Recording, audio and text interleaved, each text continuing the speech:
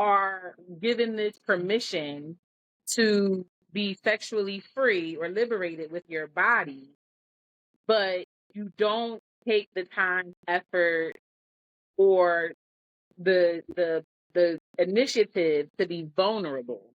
So it's saying like, I'll have sex with you, but I don't have to like you. I'll have sex with you, but I don't have to trust you. I'll have sex with you, but we don't have to go beyond body on body, skin on skin. It can end there. And that was really speaking to singlehood, but also to marriage.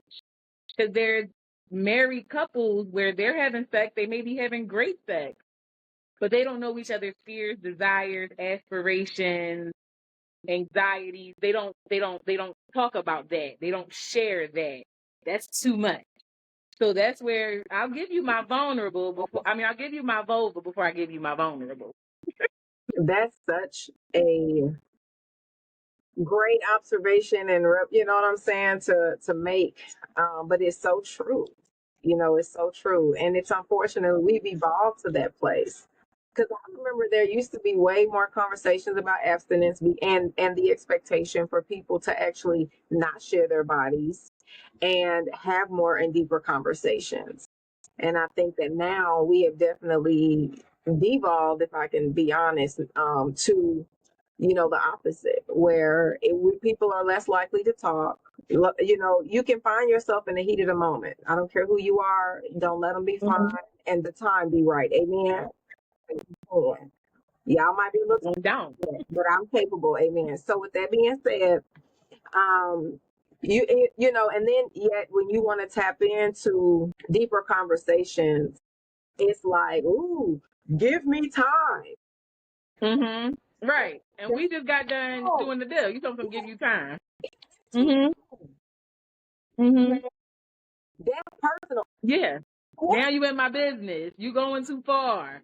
You was up in my business. And I can't ask you anything about your childhood. Oh wow. You can hit it from the back, but we can't go to the back. I'm just trying to understand. Yeah, no, absolutely not.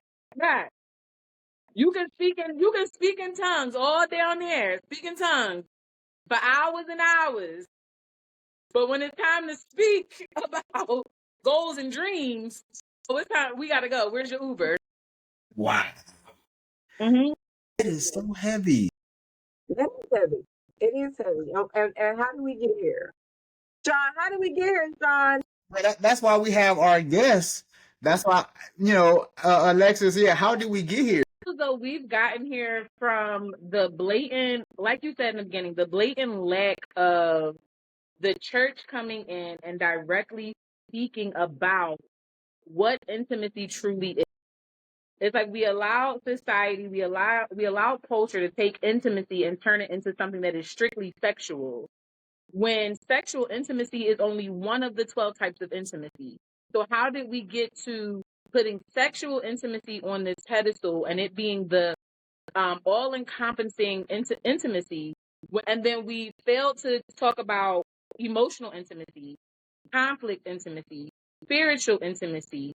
We failed to talk about, let alone, but teach. We failed to teach singlehood, because I tell people all the time, don't wait until it's time for the test to start studying the material.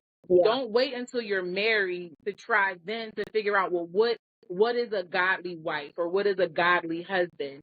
Learn this in your singlehood. It's more than about, oh, well, I'm keeping my legs closed or I'm keeping my penis in my pants. That is going to get me everything that, no, it's more than that. How do you communicate with your friends and your family? That's intimacy. Who do you share anything with? That's intimacy. You can practice those things in your singlehood.